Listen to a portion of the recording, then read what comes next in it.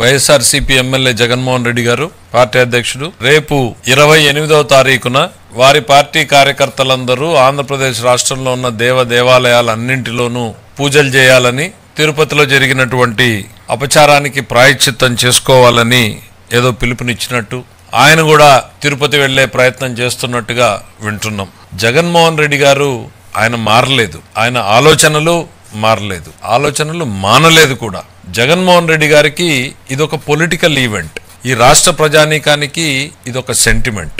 దీన్ని కూడా రాజకీయ కోణంలోనే పల్లెపల్లెలోనూ ఒక ఈవెంట్ గా మార్చినటువంటి నీ ఆలోచన అనేటువంటిది నిజంగా బాధాకరం జగన్మోహన్ రెడ్డి గారు. ఎస్, మీరు ఆ దేవుడిని నమ్మకపోవచ్చు, మీకు ఆ దేవుడి మీద నమ్మకం లేకపోవచ్చు, కానీ ఆ దేవుడిని నమ్మేటువంటి కోట్లాది మంది మేము ఉన్నాం ఇక్కడ.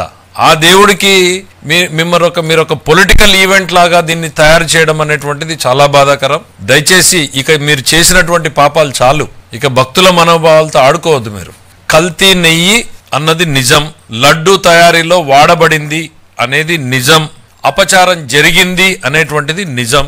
ఇది ఎవ్వరు కూడా కాదనలేని సత్యాలు, వాస్తవాలు మన కళ్ళ ముందున్నాయి. కొన్ని యాక్సెప్ట్ అయినాయి, కొన్ని రిజెక్ట్ అయినాయి అని. రిజెక్ట్ అయినా పక్కన పెడదాం, మరి యాక్సెప్ట్ అయిన వాటి మాట ఏంటి? జూన్ నెలలో, జూలై నెలలో ఇవన్నీ ఎందుకు? ఇవాళ ఈ రోజు మేము ఇస్తున్నటువంటి లడ్డూని రేపు పొద్దున్నే మీరు 28వ తారీఖు వెళ్ళినప్పుడు ఆ లడ్డూని చేతిలోకి తీసుకుని వాసన చూడండి. ఆ రోడ్డు మీద నడుస్తున్నటువంటి ఏ భక్తులైనా గత సంవత్సరంలో మీరు తిరుపతి లడ్డూ తిన్నారా, ఇప్పుడు ఈ లడ్డూ తిన్నారా అని అడగండి. ఇంక అంతకు మించిన టెస్ట్ వేరే ఏం అక్కర్లేదు.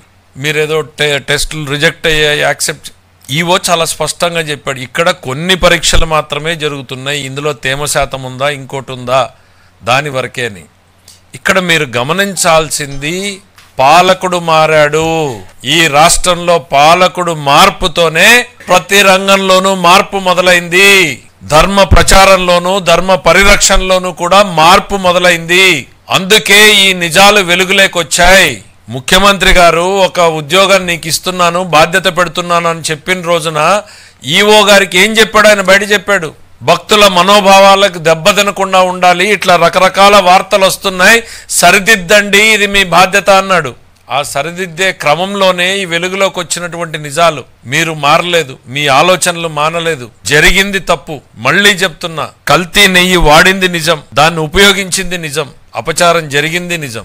నీవు చెప్తున్న మాటలు అబద్ధం, నీవు అబద్ధం. రాష్ట్ర ప్రజానీకాన్ని ఇక రేపు నువ్వు చేయమంటున్న పూజలో అబద్ధమే.